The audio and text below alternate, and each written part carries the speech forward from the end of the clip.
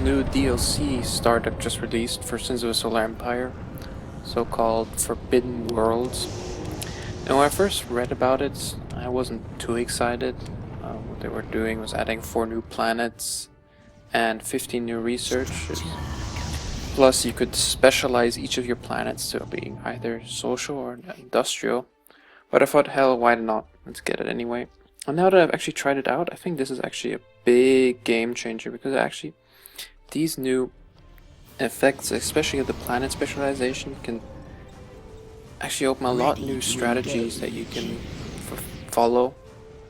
Meaning, in essence, you don't have to expand immediately at the beginning, rather you can specialize on your planets and have actually quite a sound footing, in my opinion, than if you just, instead of building a massive empire. So, what does this DLC actually offer you? Well, there are 4 new planets, so Barren, Ferrous, Greenhouse, and Oceanic. Well, Barren, it sounds like big asteroids in essence, because there's nothing really on them, and if you look at the new Advent research about them, there's lots of underground cities and shielded architecture, so it sounds like they also have little or no atmosphere. But, so, as you can imagine, low population on these planets, but well, you've got lots of room to build stuff, so they actually have high logistic slots, so that's interesting. They're also the only new planet that you do not need to research a colonization tech, so you can colonize them from the beginning. Next is Ferrous, which is like Latin for iron, so big surprise, it's a big planet made of iron. Kind of imagine it to be like, I don't know, a core of a planet that didn't manage to ignite, so it's just like the metal core, kind of like Earth's iron core. And so, as you can imagine, they have high metal mining in essence. You get lots of metal there, good industrial buildings. Greenhouse, I haven't been able to find a big difference. They seem quite average, balanced, kind of like Terran. Although I doubt they give out much of a bonus as Terran. But as you can imagine, Greenhouse, I don't know, it's maybe like Kashyyyk from Star Wars. It's just one massive planet with jungles all over it. And lastly is Oceanic, which is just, as it sounds, a planet covered in oceans. A perfect example that comes to mind, again mentioning Star Wars Camino, the cloners planet, which is just covered in water. And so those planets actually have high population and are more socially centered, so that's another interesting concept. And so those are the 4 new planets and kind of what they are specialized on, and we move on to the next new researchers.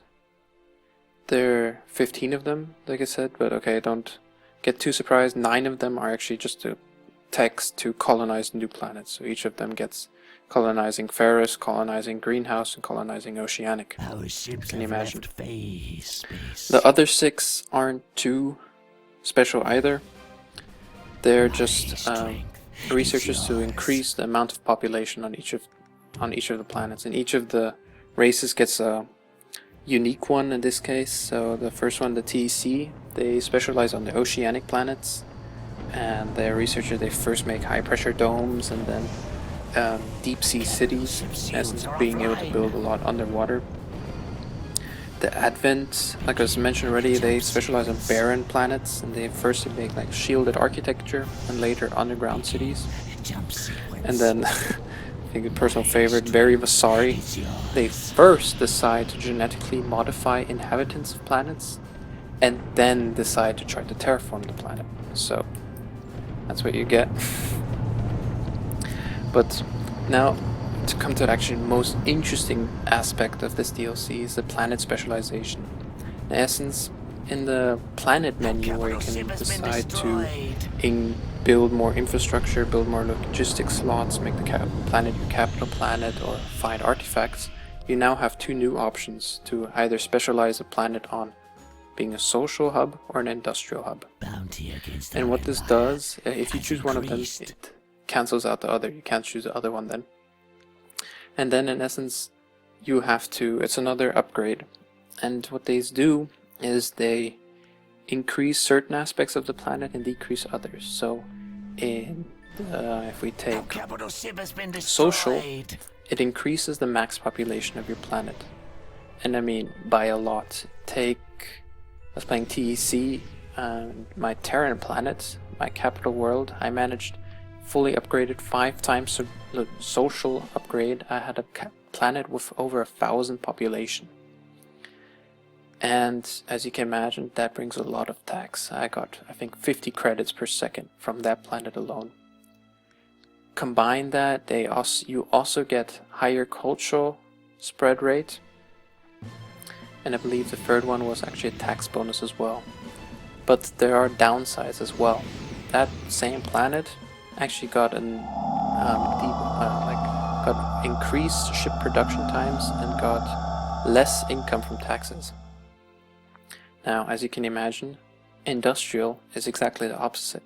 You get increased income from taxes, from trade, and get faster shipbuilding time, and on the downside you get reduced population, reduced cultural spread, and reduced taxes. Now, why is this interesting? Because I had this one game where I had 5 planets, 1 Terran, 2 dead asteroids, no, not dead asteroids, just asteroids, and 2 desert planets. And what I did is I specialized my Terran planet to be completely social, and my 2 desert planets to be both heavy industrial hubs. And each of those desert planets now got 30% trade increase, and then I built 7 trade stations on each of these planets. Couple that with the 50 credits per second I got from my Terran planet, I was getting over 100 credits per second from just 5 planets, of which 2 were asteroids.